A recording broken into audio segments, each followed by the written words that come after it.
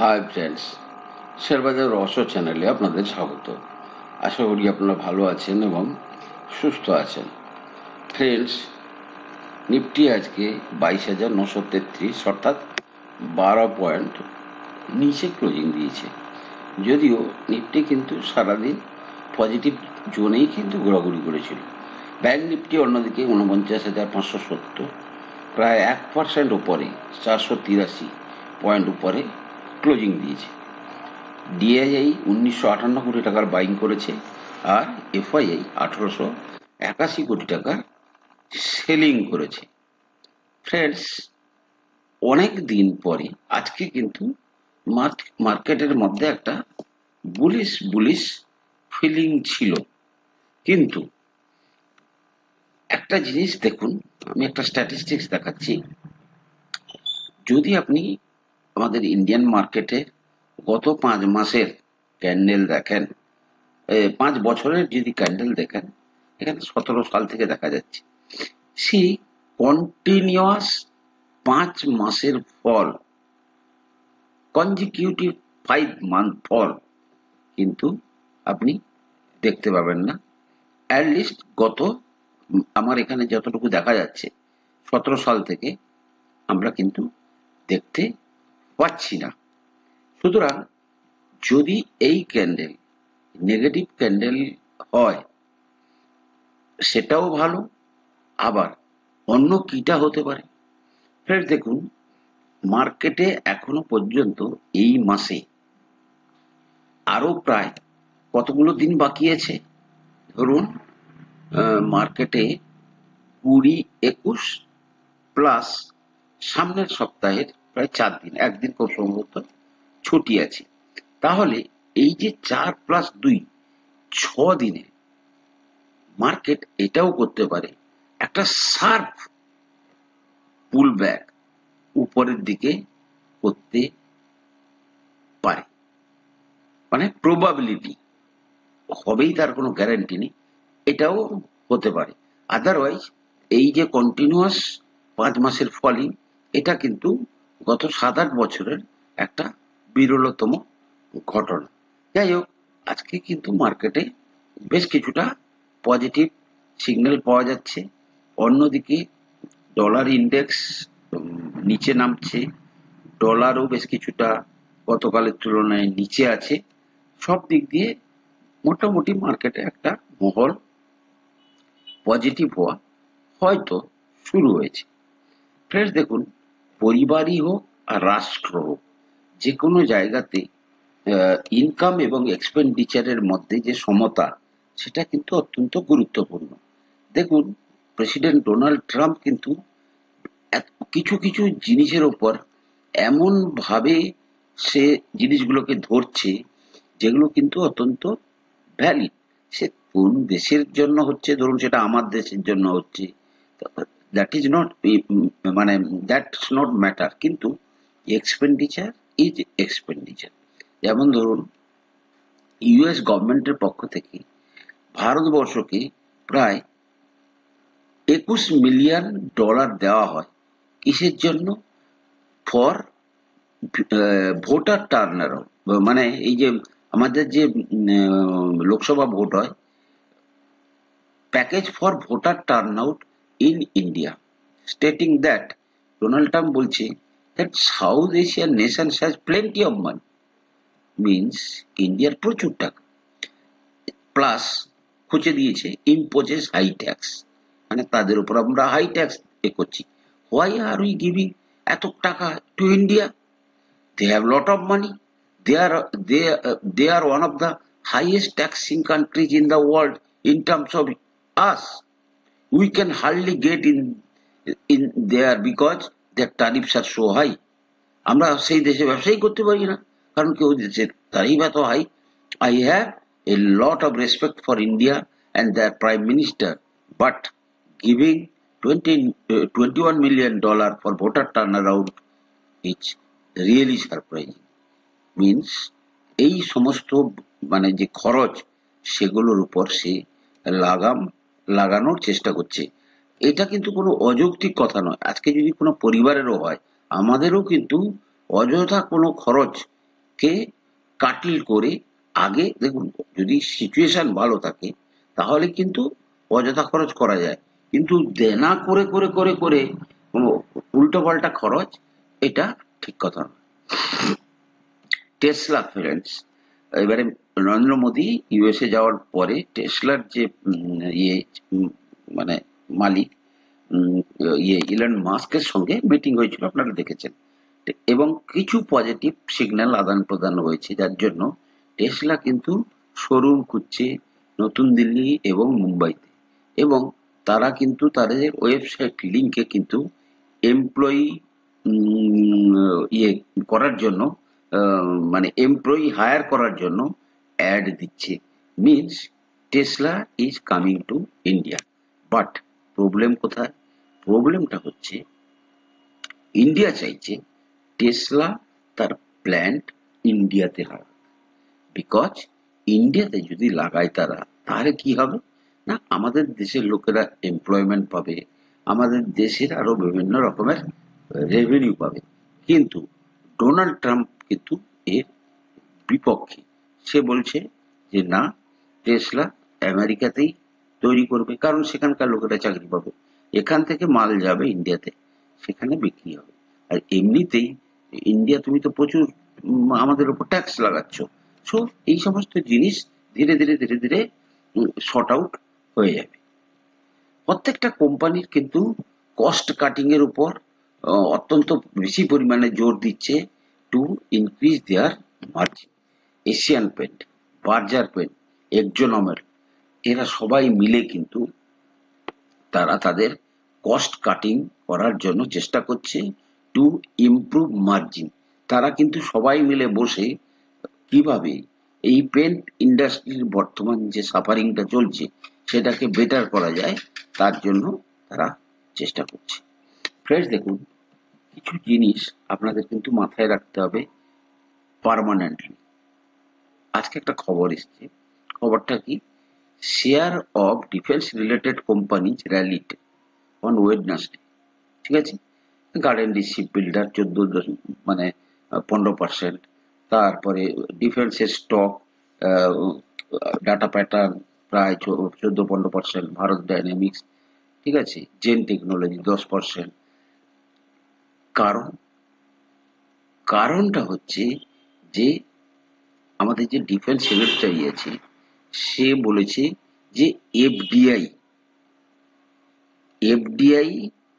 sharp rally came after the Defense Secretary said the relaxation in foreign direct investment policies and streamlining the industrial licensing procedure will propel growth in the defense industry. এবারে দেখুন friends, আমার এই ব্যাপারে অনেক আছে, মানে অনেক question mark আছে। আজকে ডিফেন্স সেক্টর বলুন, রেলওয়ে সেক্টর বলুন, শেয়ার গুলোকে এমন ভাবে মানে পেটানো হয়েছে যে তারা তাদের শেপ হারিয়ে ফেলেছে।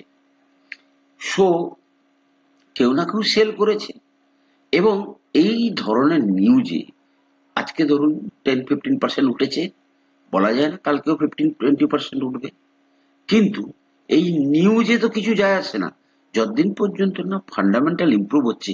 এই নিউজে কি হবে, 30% উপরে যাবে, রিটেল ইনভেস্টররা সেখানে কিনবে, আবার সে ধীরে ধীরে ধীরে ধীরে তার যে পুরনো বেস অর্থাৎ যে লো করেছে সেটাকে টাচ করার জন্য আবার আসতে পারে।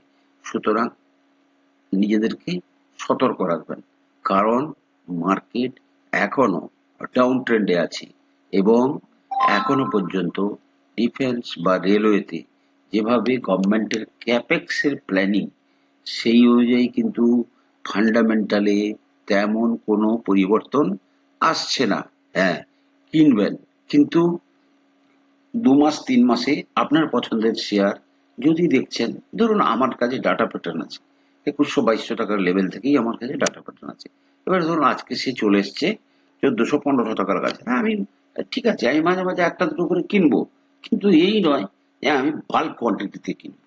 আমি কখনো কখনো একটা দুটো কিনবো, যদি সে লোয়ার লেভেলে ধরুন সেটেল হচ্ছে, আমি ধীরে ধীরে তার এভারেজটাকে কমানোর চেষ্টা করব। কিন্তু এই নয় যে খবর চলে এসছে সুতরাং 15-20% উপরে চলে গেছে, সেখানে গিয়ে ঝাঁপিয়ে পড়ে কিনবো, এটাই কিন্তু যতদিন আপনারা এটা করবেন ভাববেন আপনাদের সাইকোলজিক্যাল পরিবর্তন আসে।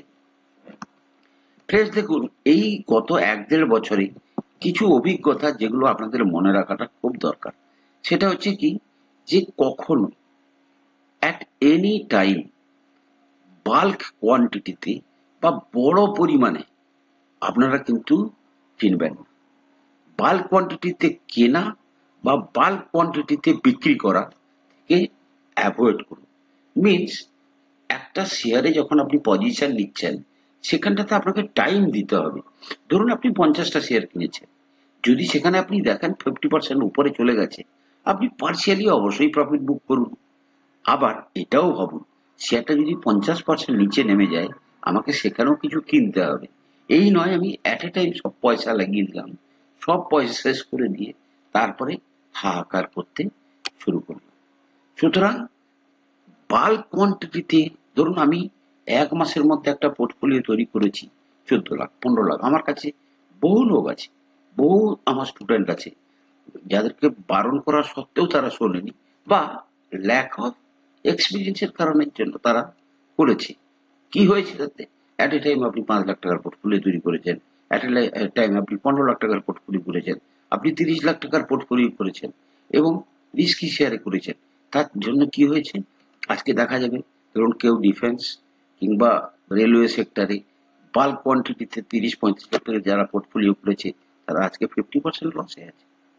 তো একটা সিস্টেমেটিক, এটি যে সিরিয়াস বিজনেস, এবং যেখানে কিন্তু সিরিয়াস থট প্রসেসের লাগে, এবং আপনাকে টাইম টু টাইম প্রফিট ও বুক করতে হবে, যাতে আপনার যে বাইং কস্ট সেটা যাতে নিচে নেমে আসে। আর মার্কেটে যখন আপনি এন্ট্রি নিচ্ছেন, দেখুন প্রায় প্রতিদিনই ব্রড প্যারামিটার গুলো আপনাদেরকে বোঝানোর চেষ্টা করে এটা বোঝাতে চাইছি যে মার্কেট সাইকেলটাকে বোঝার চেষ্টা করুন। বুলিশ সাইকেল বা বিয়ারিশ সাইকেল কন্টিনিউয়াস 4-5 বছর উপরে যাওয়ার প্রবাবিলিটি খুব কম থাকে। 1 বছর উপরে যেতে পারে, 2 বছর উপরে যেতে পারে, তারপরে কিন্তু 13 মাস 14 মাস উপরে যাচ্ছে, 5-6 মাস কারেকশন আসবে। এই সাইকেল গুলোকে আপনাকে বুঝতে হবে, এবং যত বেশি আপনি মানে বুঝে বুঝে ঠকবেন, তত কিন্তু আপনার মধ্যে অভিজ্ঞতা অত্যন্ত বেশি পরিমাণে তৈরি হবে। সুতরাং মার্কেট সাইকেল গুলোকে অনুধাবন করুন, দেখবেন ধীরে ধীরে আজ থেকে যারা শুরু করছেন, over a period of 5 years আপনাদের বিজনেসটা অনেক বেশি ম্যাচিওর হয়ে যাবে। ঠিক আছে? আর ফ্রেন্ড, এটা ভাববেন না যে ভুল মানে আমি ভুল করি না, প্রচুর ভুল করি আমরা।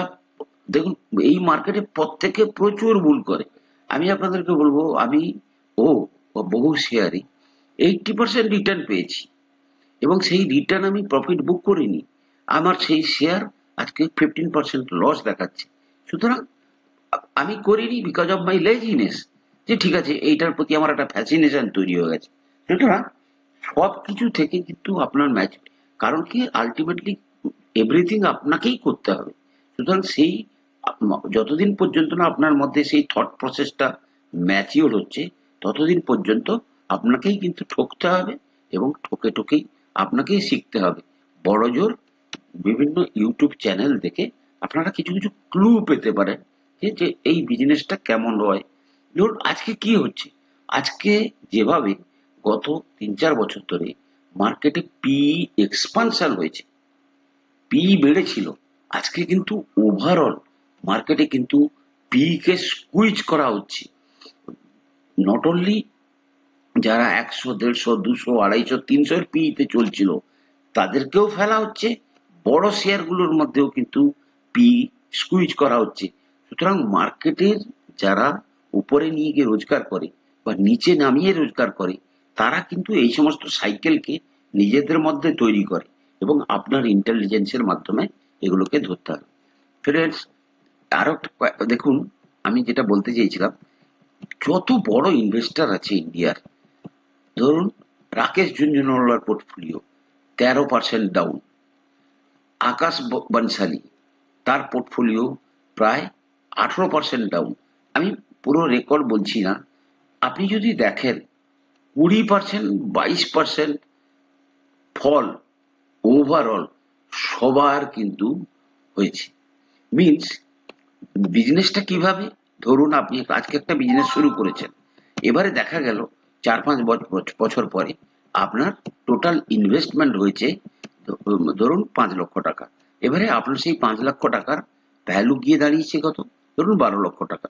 এবারে আপনি প্রফিট বুক করে আপনার 5 লক্ষ টাকার যে বাইং প্রাইস সেটা কিছুটা কমিয়ে এনেছেন, ধরুন 3 লাখ টাকা।